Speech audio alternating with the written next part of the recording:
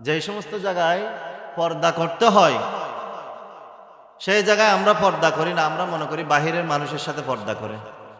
যেখানে যাদের সাথে পর্দা করতে হয় ঘরের মধ্যে থাকে তার চাচাতো বোন, মামাতো বোন, খালাতো বোন, যাদেরকে আত্মীয় মনে করা হয়, কিন্তু তাদের সাথে কি করা হয় না? পর্দা করা হয় না। অথচ ওদের সাথে দেখা সাক্ষাৎ হয়। রাস্তার মধ্যে কোন সময় একটা মহিলার সাথে দেখা হবে, আমি পর্দা করি, তো পুরা রাস্তার মধ্যে একজন দুইজনের সাথে সাক্ষাৎ হয়, কিন্তু ঘরের মধ্যে তো সবসময় এরা আছে। এই কারণে যে সমস্ত পর্দার ব্যবস্থা আছে, পর্দার ব্যবস্থার মধ্যে সবচেয়ে যে নিকট আত্মীয় স্বজন আছে, এর মধ্যে চাচাতো বোন, খালতো বোন, মামাতো বোন, ফুফাতো বোন, যেগুলোকে আমরা মনে করি আমাদের আত্মীয়তা। আত্মীয় হওয়া এক জিনিস, মাহারাম হওয়া আর এক জিনিস। মাহারাম হইলে পর্দা করতে হয় না, কিন্তু আত্মীয় হওয়ার পরে যদি মাহারাম না হয় তাহলে তার সাথেও কি করতে হয়? পর্দা করতে হয়। মাহারাম মানি যাকে অস্থায়ীভাবে বিবাহ, যাদের সাথে অস্থায়ীভাবে বিবাহ নিষিদ্ধ। অস্থায়ী একটা আছে, আবার স্থায়ী আছে। অস্থায়ীভাবে নিষিদ্ধ, নিজের স্ত্রীর বোনকে বিবাহ করা অস্থায়ীভাবে নিষিদ্ধ। স্ত্রী যদি না থাকে নিজের বিবাহের ভিতরে, তখন তার শালীকে কি করতে পারে? বিয়ে করতে পারে। তাহলে অস্থায়ীভাবে নিষিদ্ধ, স্থায়ীভাবে কি নয়? নিষিদ্ধ নয়। সুতরাং শালীকে দেখা দিতে পারবে না, কারণ তার সাথে বিবাহ সব সময়ের জন্য কি নয়? নিষেধ নয়। এই কারণে সবচেয়ে আগের জামানার যে সমস্ত মনীষী তৈরি হয়েছে, তারা ঘরের ভিত্তি এগুলো আছিল। এক নম্বর হইল লজ্জাশীলতা, দুই নম্বর হইল হালাল রোজগার, তিন নম্বর হইল কোনো মাখলুককে কি না দেওয়া? কষ্ট না দেওয়া। আর অন্যান্য ইবাদত তো আছেই। এখন আখেরি জামানা হিসেবে আমাদের কষ্ট হয়ে যায়, মোবাইলও মাঝে মধ্যে দরকার হয়, কিন্তু একটা বিষয় খেয়াল রাখতে হবে, রাতের বেলা যে অংশটা আছে মাগরিব থেকে এশা পর্যন্ত, তারপরে ফজরের পরে, এই সময়টুকু কোরআন তেলাওয়াত এবং যারা আমার অধীনস্থ সন্তান সন্ততি আছে তাদেরকে বাহিরে যাইতে না দেওয়া। এটাই হাদিসের মধ্যে দ্বিতীয় অংশরূপে আল্লাহ রসুল বলছেন। ভালো করে খেয়াল করুন। একজন বাবার পক্ষে একজন সন্তানকে 6 থেকে 7, 8, 10 বছর পর্যন্ত তাকে নিজের আয়ত্তে রাখা যায়। নিষেধ করলে তুমি বাহিরে যাইও না, তাকে নিজের আয়ত্তে রাখা যায়, কাবুতে রাখা যায়। এই সময় আমি নিষেধ করি না। যখন সে বেপরোয়া হয়ে যায় তখন নিষেধ করলে আর মানে না, তখন রাতের 12টা বাজেও আসে, 2টা বাজেও আসে।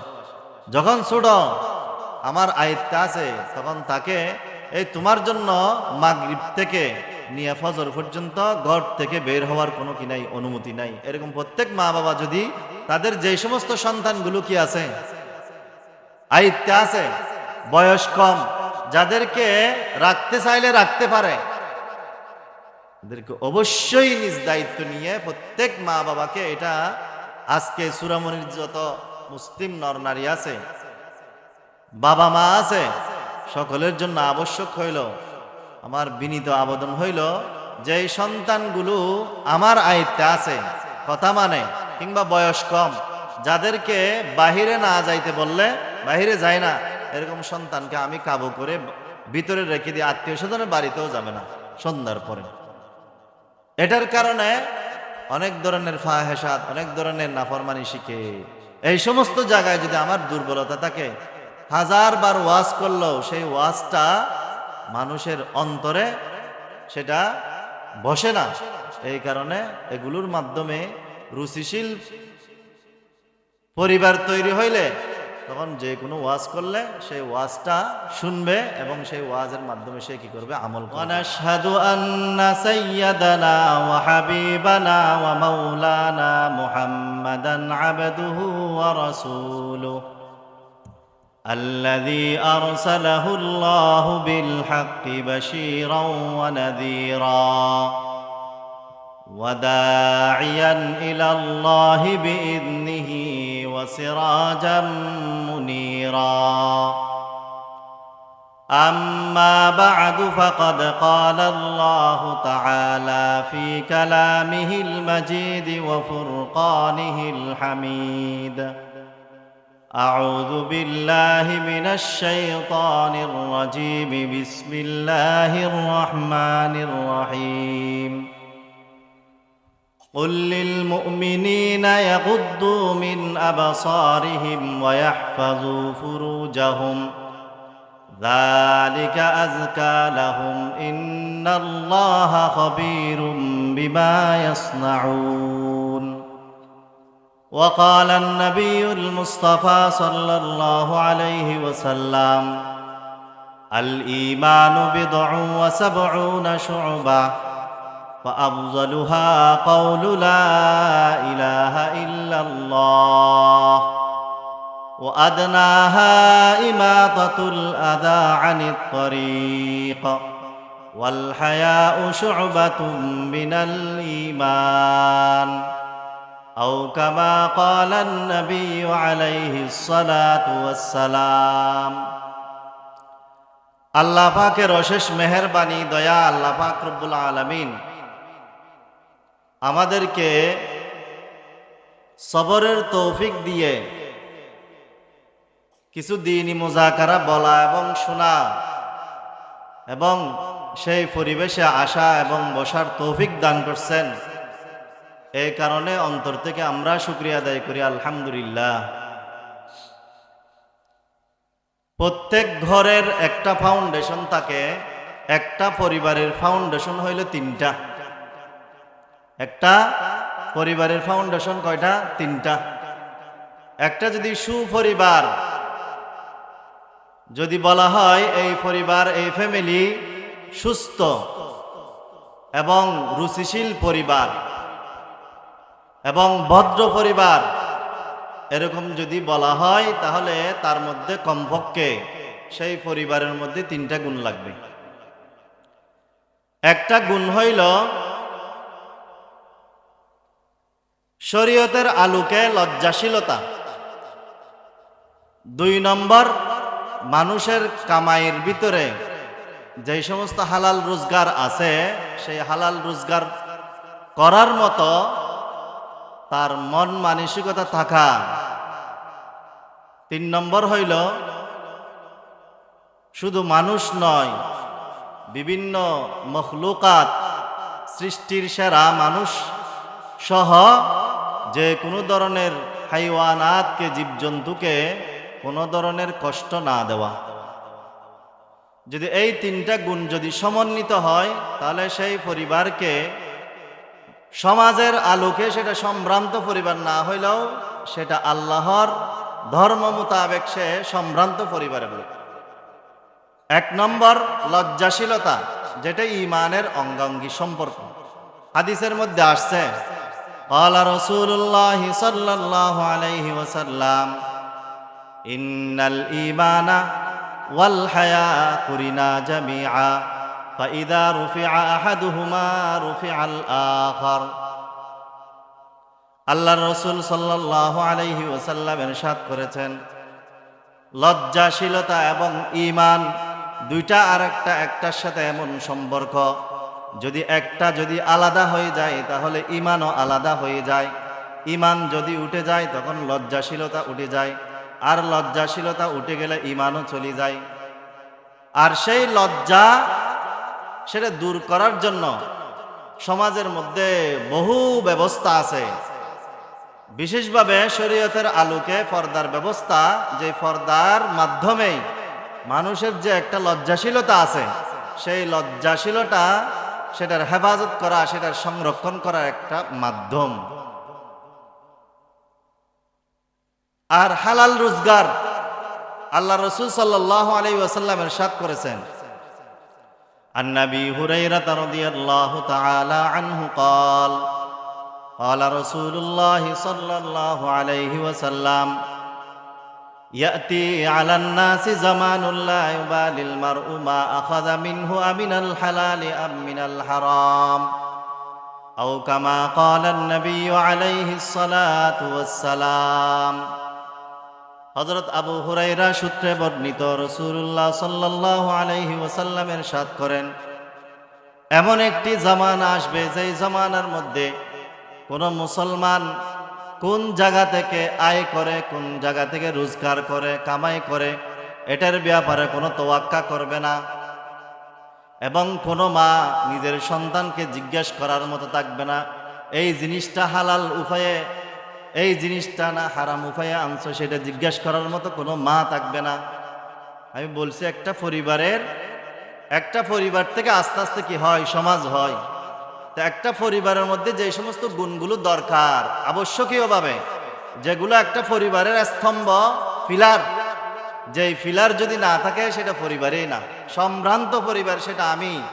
টাকা পয়সার বদৌলতে যদি মানুষ থেকেও কিছুক্ষণের জন্য উপাধি পেয়ে যায়, কিন্তু আল্লাহর দরবারে সম্ভ্রান্ত ভদ্র পরিবার, তাকেই বলবে যে এই পরিবারের মধ্যে বিশেষভাবে কয়েকটা গুণ থাকতে হবে। 1 নম্বর গুণ হইল লজ্জাশীলতা, 2 নম্বর হইল হালাল রোজগার।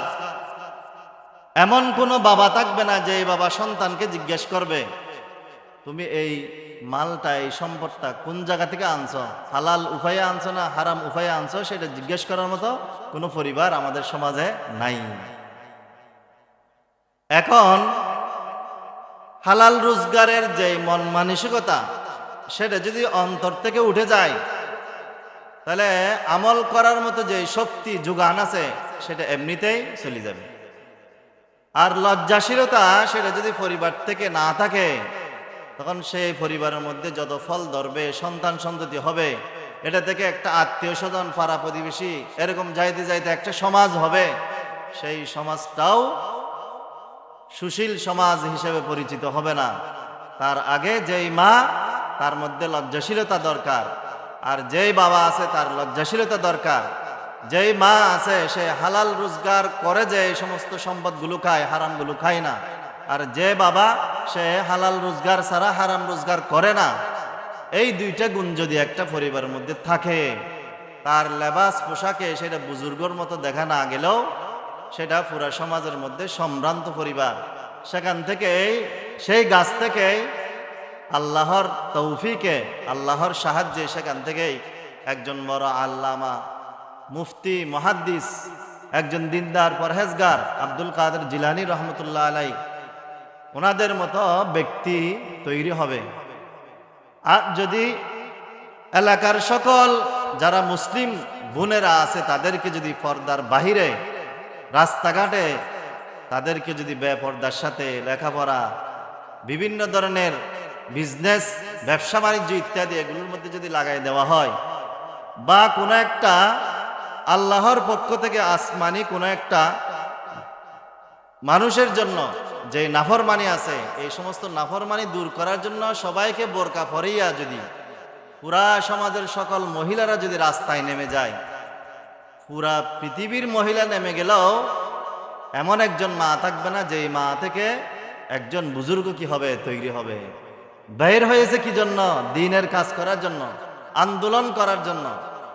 কিন্তু সেই পবিত্রতা না থাকার কারণে কোনো মা থেকে সন্তান, ভালো সন্তান কি নিবে না, জন্ম নিবে না। আমার কথাটা বুঝছেন নি? মানে সে ভালো কাজের জন্য গেছে, কিন্তু বেপরদার সাথে তার চাল চলন, উঠা বসা, চলাফেরা সবগুলো হইল ওই পর্দাকে না মেনে। সে দ্বীনের কাজ করুক, যে কোনো কাজ করুক না কেন, তার থেকে ভালো সন্তান কোনোদিন জন্ম নিবে না। এই কারণে খ্রিস্টানরা, ইংরেজরা সবসময় চেয়েছিল শিক্ষা ব্যবস্থার মধ্যেও সহশিক্ষা থাকুক। বিভিন্ন এনজিও সংস্থা যারা বিশেষভাবে সুদের লেনদেন করে, মহিলাদের সাথে সম্পর্ক রাখে, আমাদের এলাকার মধ্যেও আছে, গ্রামগঞ্জে সব জায়গায় থাকে। এগুলো সুদের সাথে জড়িত করে। আর বিভিন্ন আয়োজন, অনুষ্ঠান যেখানে মহিলাদের অনুপ্রবেশ, সেখানেও মহিলাদেরকে ভালো কাজের মাধ্যমে মহিলাদেরকে বেপর্দা করা হয়। আর সেই বেপর্দা থেকে কোনোদিন কি হয় না, সম্ভ্রান্ত পরিবারের সুসন্তান হিসেবে জন্ম লাভ করে না। তাহলে 1 নম্বর হইল লজ্জাশীলতা, 2 নম্বর হইল হালাল রোজগার। আল্লাহ রাসূল সাল্লাল্লাহু আলাইহি ওয়াসাল্লাম হাদিসের মধ্যে ইরশাদ করছেন, আল হায়াউ শু'বাতুম মিনাল ঈমান, ঈমানের যত শাখা প্রশাখা আছে, যত অঙ্গ প্রত্যঙ্গ আছে, যত অংশ আছে, সকল অংশসমূহের মধ্যে সর্বোচ্চ অংশ এবং অঙ্গ হইল লা ইলাহা ইল্লাল্লাহর ভিতরে যা আছে সেগুলো বিশ্বাস করা। আর যত অংশ আছে সবগুলো অংশের সাথে একটা জিনিস সম্পর্ক রাখে, সেটা হলো লজ্জাশীলতা। সেটা কি? লজ্জাশীলতা। মানে ঈমানের প্রত্যেকটা অংশের মধ্যে কেউ যদি সাকসেস হতে চায়, সফল হতে চায়, তাহলে ঈমানের যত কি আছে শাখা প্রশাখা আছে, 70-এর বেশি কি আছে শাখা প্রশাখা আছে। প্রত্যেকটা শাখা প্রশাখার মধ্যে তার একটা মান থাকবে, মর্যাদা থাকবে, সেটা এমন ওজনদার হবে। প্রত্যেকটা ঈমানের অঙ্গ প্রত্যঙ্গগুলো তার হায়া লজ্জাশীলতার কারণে দাম বেড়ে যাবে। তাহলে লজ্জা এখন এক জায়গায় দাদা, আরেক জায়গায় বাবা, আরেকজন হইল ছেলে, আরেকটা নাতি, একটা মোবাইল 4-5টা কল্লা আছে না এরকম? তাহলে এখানে একসাথে বসার দ্বারা এখানে এক এক সময় মোবাইলের মধ্যে আসতেছে গান, নাচ গান, সবাই মিলে ওয়াজ শুনতেছে। তো 10 মিনিট পরে আবার ওয়াজের পর একটা নাচ আসলো, আবার গান আসলো, আবার বিভিন্ন ধরনের কৌতুক আসলো। একেই ওয়াজ নসিহত শোনার জন্য একসাথে বসছে, কিন্তু যেই মোবাইল নিয়ে বসছে সেখানে নাতিও আছে, ছেলেও আছে, বাবাও আছে, দাদাও আছে, আরো অন্যান্যরা আছে। তাহলে এখানে একটা লজ্জার পরিচয়ের দরকার ছিল, সেখানে আমি লজ্জার পরিচয় দিলাম না। আর লজ্জার পরিচয় যদি না দেয়, তখন বড় যখন ছোটকে আদেশ দিবে, সেই আদেশের কোনো ওজন থাকে না, সেই আদেশ কি মানুষ পালন করতে পারে না। তুমি তো আমার সাথে দেখছো, এরকম বলবে। তাহলে লজ্জাশীলতা যেটা আছে, সেটা একজন যদি সম্ভ্রান্ত পরিবারের লোক হতে চায়, তাহলে তাকে মা বাবা থেকে আগে লজ্জা শিক্ষা দিতে হবে যে আজকে যে মোবাইল বের হয়েছে, সেই মোবাইলের মাধ্যমে আমাদের কোনো লজ্জার মধ্যে কোনো শ্রেণী বৈষম্য নাই। যে হুকুম করবে, যে আদেশ দিবে, সেও দেখে। যাকে আদেশ দিবে ছোট তুমি এটা দেখিও না, এটা করিও না, সেও কি একসাথে দেখে। লজ্জাটা থাকে না। লজ্জা না থাকলে বড়র আদেশ যেটা আছে ছোট মানতে পারে না। এটা আমরা সমাজের মধ্যে সবসময় দেখি। এই কারণে একজন সম্ভ্রান্ত পরিবার হওয়ার জন্য প্রথমে লজ্জাশীলতা সেটা পরিপূর্ণ দরকার, যার কারণে ইমানের, যেটার সাথে ইমানের সম্পর্ক। হাদিসের মধ্যে আসছে, قال رسول الله صلى الله عليه وسلم إن الحياء من الإيمان والإيمان في الجنة। নিশ্চয় লজ্জাশীলতা হইল ঈমানের অঙ্গ, আর ঈমান তথা ঈমানদার হইল জান্নাতের অধিবাসী। ওয়াল বাদা আমিনাল জাফাই ওয়াল জাফাউ ফিন্নার। আর দুর্ব্যবহারের অংশ হইল লজ্জাহীনতা, আর দুর্ব্যবহারকারীর জায়গা হলো জাহান্নাম। তাহলে লজ্জাশীলতা সেটার ঠিকানা হইল ঈমান, আর ঈমানের ঠিকানা কোথায়? জান্নাত। আর লজ্জাহীনতা সেটার ঠিকানা হইল খারাপ ব্যবহার। কি ব্যবহার? খারাপ ব্যবহার। আর খারাপ ব্যবহারের ঠিকানা জাহান্নাম। এই কারণে আল্লাহ রসুল সাল্লাল্লাহু আলাইহি ওয়াসাল্লাম এই হাদিসের মধ্যে যে লজ্জাকে ঈমানের অঙ্গ বলছেন, সেই ঈমানের অঙ্গ হিসেবে লজ্জা বাকি থাকে এরকম পরিবেশ প্রত্যেকটা ঘরের মধ্যে তৈরি করতে হবে। একটা ঘর থেকে, সেই পরিবার থেকে একটা সমাজ হবে, সমাজ থেকে আস্তে আস্তে কি হবে? বড় হবে। এক হাদিসে আল্লাহ রসুল সাল্লাল্লাহু আলাইহি ওয়াসাল্লাম ইরশাদ করছেন, একজন মানুষ ইমানদার মুসাফির, সে আল্লাহর দরবারে হাত উঠায়, আল্লাহর কাছ থেকে চায়, ইয়া রাব্বি ওয়া মাতআমুহু হারামুন ওয়া মাশরাবুহু হারামুন ওয়া মালবাসুহু হারামুন ওয়া গুযিয়া বিল হারাম ফাআন্না ইউস্তাজাবু লিযালিক আও কামা ক্বালা an-নাবিয়্যু আলাইহিস সালাতু ওয়াস সালাম। একজন মুসাফির বান্দা আল্লাহর দরবারে হাত তুলে, ওগো আল্লাহ আমাকে এটা দান করেন, এটা দান করেন, ওগো আল্লাহ আমাকে এটা দান করেন, আল্লাহর কাছে শুধু দরখাস্ত করতে থাকে, অথচ তার খাবার হইল হারাম, তার যে পানীয় আছে, যে পানি পান করে সেটা হারাম, এবং সে লেবাস পোশাক পরে সেটাও হারাম, এবং তার পুরা শরীরকে গঠন করা হয়েছে হারাম মাল দ্বারা। আন্না ইউস্তাজাবু লিযালিক, তাহলে এই সমস্ত এগুলো পুরা শরীরটা যদি হারাম হয়, তাহলে আল্লাহর দরবারে হাজারো কোটি বার দোয়া করলে আল্লাহ কিভাবে কবুল করবে? এই কারণে একটা পরিবার সুশীল সুপরিবার হওয়ার জন্য একটা ফাউন্ডেশন হইল তিনটা। এক নম্বর হইল লজ্জাশীলতা, দুই নম্বর হইল হালাল রোজগারের চাহিদা, আর তিন নম্বর হইল কোনো মাখলুককে কষ্ট না দেওয়া। কোনো মাখলুককে কষ্ট না দেওয়া, কষ্টের কারণে অভিশাপ পড়ে, অভিশাপের কারণে সেই বংশ থেকে আর ভালো ফল ধরে না।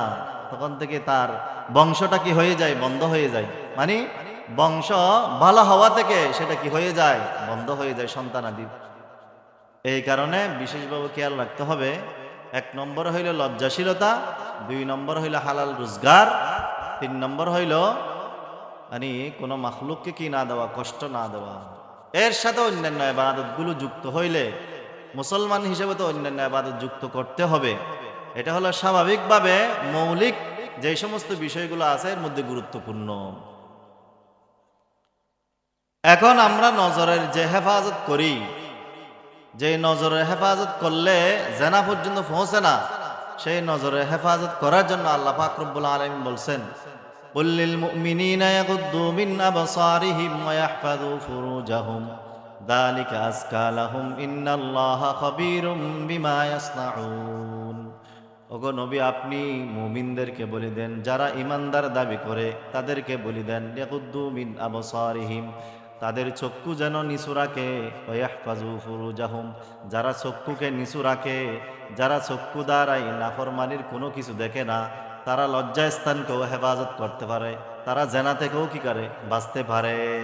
তা আল্লাহ পাক রব্বুল আলামিন বলেছেন চক্ষুর হেফাজত, আর এদিকে বলতেছেন ইয়াহফাজু ফুরুজাহুম, তারা শেষ পর্যায়ে যেটা জেনা বেবিচার আছে সেখান থেকেও কি করে? বাঁচতে পারে। এই কারণে নজরের হেফাজত এখন মোবাইলের কারণে, মোবাইল এমন একটি যন্ত্র যার মধ্যে কিছু ভালো দেখা যায়, ভালো শোনা যায়, ভালো শেখা যায়, আবার খারাপও আছে। তবে সেটা এমনভাবে যদি আমরা বলি,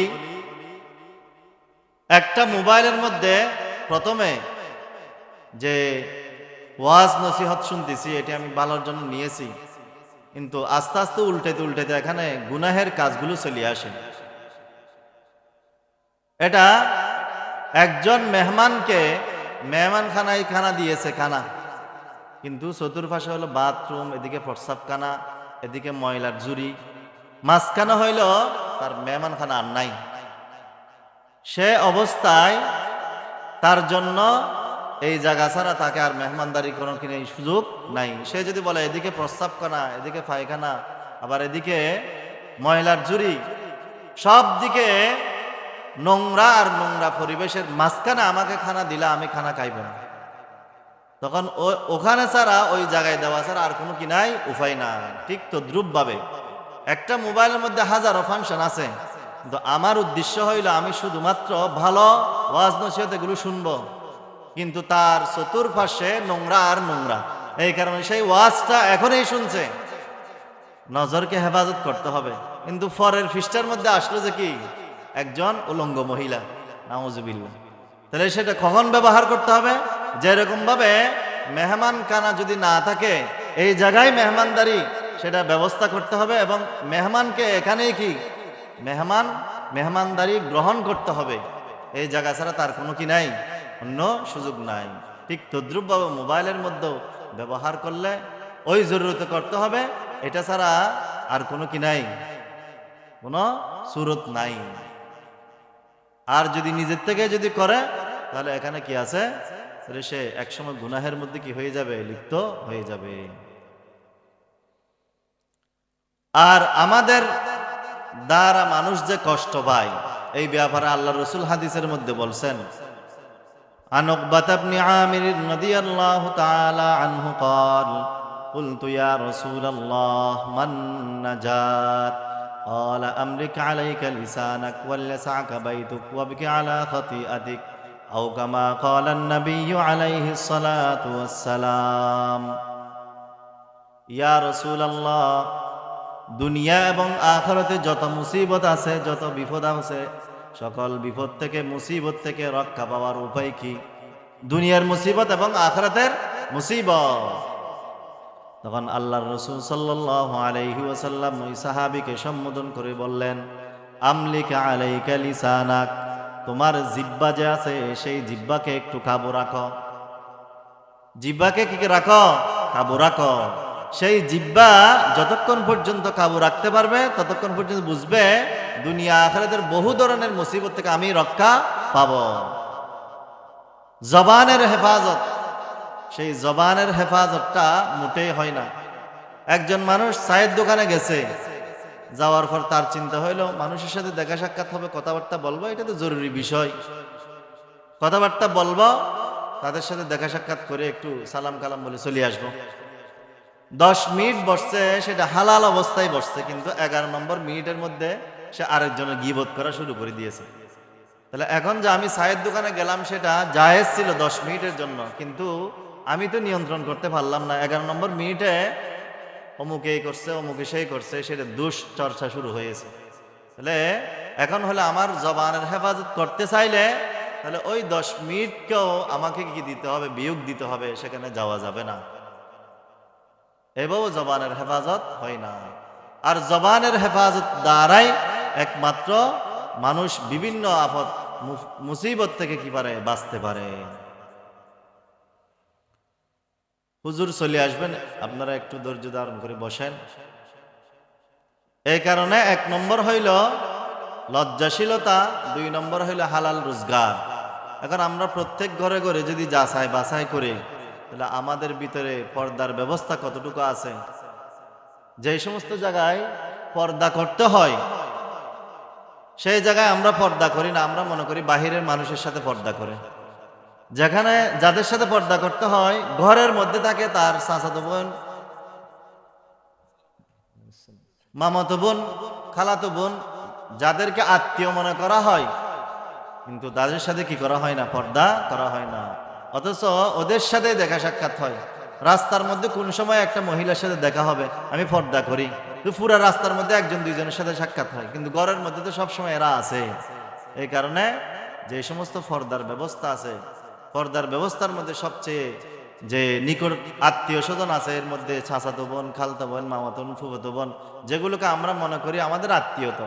আত্মীয় হওয়া এক জিনিস, মাহারাম হওয়া আর এক জিনিস। মাহারাম হইলে পর্দা করতে হয় না, কিন্তু আত্মীয় হওয়ার পরে যদি মাহারাম না হয় তাহলে তার সাথেও কি করতে হয়? পর্দা করতে হয়। মাহারাম মানি যাকে অস্থায়ীভাবে বিবাহ, যাদের সাথে অস্থায়ীভাবে বিবাহ নিষিদ্ধ। অস্থায়ী একটা আছে, আবার স্থায়ী আছে। অস্থায়ীভাবে নিষিদ্ধ, নিজের স্ত্রীর বোনকে বিবাহ করা অস্থায়ীভাবে নিষিদ্ধ। স্ত্রী যদি না থাকে নিজের বিবাহের ভিতরে, তখন তার শালীকে কি করতে পারে? বিয়ে করতে পারে। তাহলে অস্থায়ীভাবে নিষিদ্ধ, স্থায়ীভাবে কি নয়? নিষিদ্ধ নয়। সুতরাং শালীকে দেখা দিতে পারবে না, কারণ তার সাথে বিবাহ সব সময়ের জন্য কি নয়? নিষেধ নয়। এই কারণে সবচেয়ে আগের জামানার যে সমস্ত মনীষী তৈরি হয়েছে তারা ঘরের ভিত্তি এগুলো আছিল। 1 নম্বর হইল লজ্জাশীলতা, 2 নম্বর হইল হালাল রোজগার, 3 নম্বর হইল কোনো মাখলুককে কি না দেওয়া? কষ্ট না দেওয়া। আর অন্যান্য ইবাদত তো আছেই।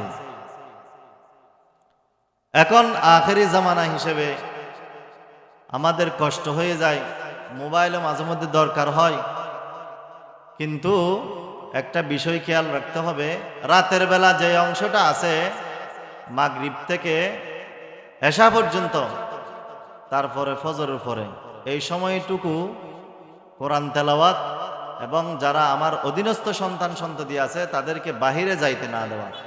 এটা এই হাদিসের মধ্যে দ্বিতীয় অংশরূপে আল্লাহ রসুল বলছেন। ভালো করে খেয়াল করুন। একজন বাবার পক্ষে একজন সন্তানকে 6 থেকে 7, 8, 10 বছর পর্যন্ত তাকে নিজের আয়ত্তে রাখা যায়, নিষেধ করলে "এই, তুমি বাহিরে যাইও না", তাকে নিজের আয়ত্তে রাখা যায়, কাবুতে রাখা যায়। এই সময় আমি নিষেধ করি না। যখন সে বেপরোয়া হয়ে যায় তখন নিষেধ করলে আর মানে না, তখন রাতের 12টা বাজেও আসে, 2টা বাজেও আসে।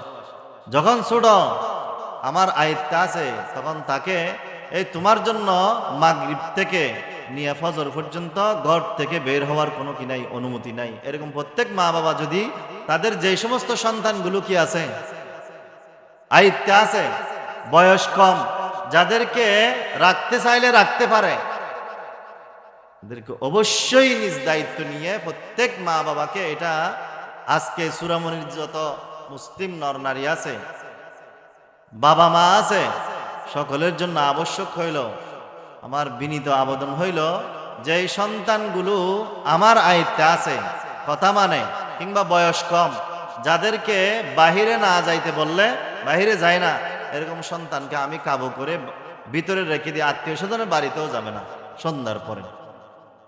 এটার কারণে অনেক ধরনের ফাহেসাত, অনেক ধরনের নাফরমানি শিখে।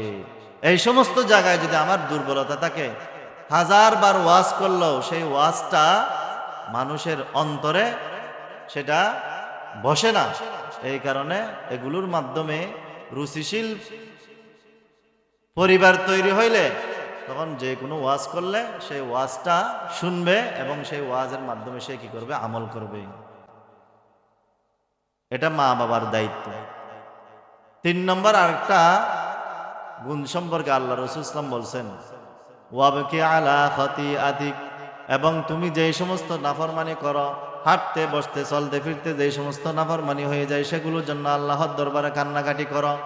এই 3টা গুণ যদি পাওয়া যায়, দুনিয়া এবং আখিরাতের মধ্যে যত মুসিবত আছে সকল মুসিবত থেকে আল্লাহ রক্ষা করবেন, সকল মুসিবত থেকে আল্লাহ রক্ষা করবেন। হালাল রোজগারের ব্যাপারে আমরা মনে করি আমরা বাঁচতে চাই, কিন্তু বাঁচতে পারি না।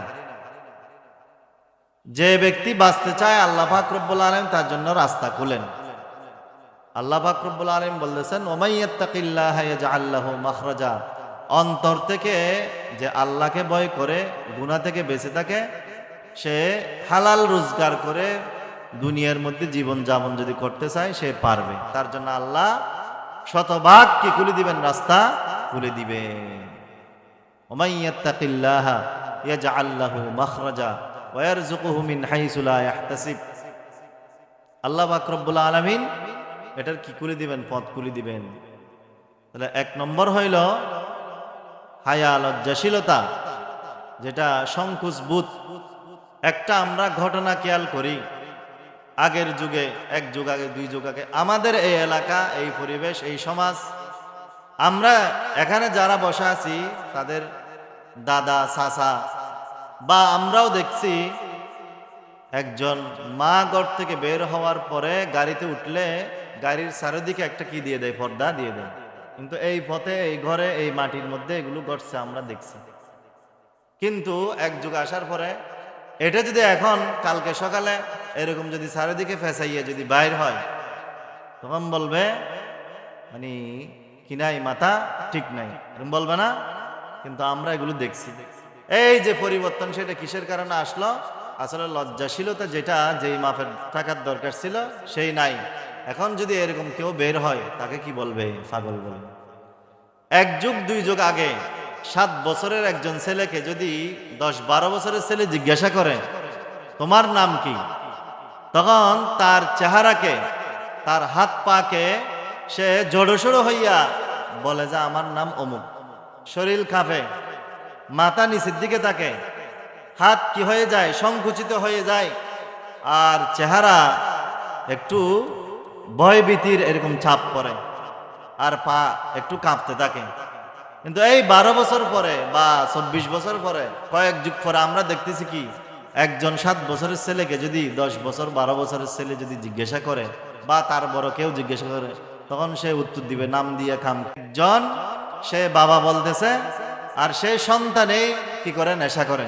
কিন্তু বাবা কোনোদিন তাকে একটু মুহূর্তের জন্য বলে নাই তুমি কেন বাহিরে যাও। এটা বললে বাহিরে যাইতো না। আর বাহিরে না গেলে সাধারণ যে সমস্ত যুবকগুলো বিভিন্ন ধরনের নাফরমানির সাথে জড়িত, তাদের সাথে মিশতো না। যখন সুযোগ থাকে তখন বলা হয় না। একজন আরেকজনকে শুধু বলে যাই যে অমুকের দায়িত্ব, সেটা আমার দায়িত্ব নাই। সমাজপতিকে বলা যদি হয় তখন বলবে না, সমাজের মানুষরা কি বলতেছে, অধিকাংশ মানুষরা কি বলতেছে, এরকম বলবে। তাহলে একজনকে জিজ্ঞাসা করলে সে বলে যে সমাজপতি যারা আছে তারা এগুলো করবে, আর সমাজপতির কাছে গেলে তখন সমাজপতি বলে সমাজের মানুষ কি বলবে। এই অবস্থা এখন চলতেছে। তো এই সমস্ত অবস্থার মধ্যে আমরা দ্বীনের ক্ষেত্রে উন্নতি করার সর্বপ্রথম আমাদের যে দুর্বলতাগুলো আছে সেটা করতে হবে। সেটা হইল পারিবারিকভাবে যে সমস্ত কি আছে দুর্বলতা আছে, সেই দুর্বলতাকে কাটিয়ে উঠতে হবে। পারিবারিকভাবে যে দুর্বলতা আছে, যে পারিবারিক যে ফাউন্ডেশন আছে, সেই ফাউন্ডেশন যদি মজবুত না করি তাহলে গিয়া সমাজের একজন আরেকজনকে দোষ দিতেই থাকবে, কিয়ামত চলে আসবে, কোনো ধরনের পরিবর্তন হবে না। সমাজ পরিবর্তন করার জন্য সমাজপতিকে গিয়া বললে সমাজপতির পক্ষ থেকে এরকম উত্তর আসতে হবে, ঠিক আছে আমি সবাইকে ডাকি, এরকম উত্তর আসে না। আসে তো অমুকে কি বলতেছে, অমুকে কি বলতেছে। আর সাধারণ মানুষও বলে অমুককে বলো, অমুককে বলো, তারা কি বলতেছে, কিন্তু আপনার নিজেরটা কি এটা বলেন না, নিজেরটা বলবে না। ওনারা কি বলতেছে 10 জন মিলে যেটা বলবে সেটাই। তো একজনের কাছে গেলে আরেকজন, আরেকজনের কাছে গেলে আরেকজন, এইভাবে সমাজ চলতে আছে, এরকম কিয়ামত পর্যন্ত চলতে থাকবে। তাহলে এগুলোর পরিবর্তন কেন আসতেছে না? এগুলোর পরিবর্তন হইল পারিবারিকভাবে যে সমস্ত শিক্ষাগুলো আছে, এর মধ্যে যেগুলো ফাউন্ডেশন আছে, মজবুত আছে, যেগুলো পিলার আছে, সেই পিলারগুলো আমরা দাঁড় করাইতে পারি নাই। সেই পিলারগুলো দাঁড় করাইলে আরগুলো একজন অপরজনে কি দিবে না, দোষ দিবে না। ঠিক আছে আমি আজকে থেকে তাদেরকে মানা করব, নিষেধ করব। এখন নিষেধ করবে যারা, তারা এগুলোর সাথে কি হয়ে যায়, যুক্ত হয়ে যায়। বিভিন্ন ধরনের ঘুষের লেনদেন, জানা ব্যভিচার ইত্যাদি এগুলো বেড়ে যাওয়ার কারণে অন্তর থেকে আল্লাহ পাক রব্বুল আলামিনের ভয় ভীতি সেটা আল্লাহ তুলি নেন।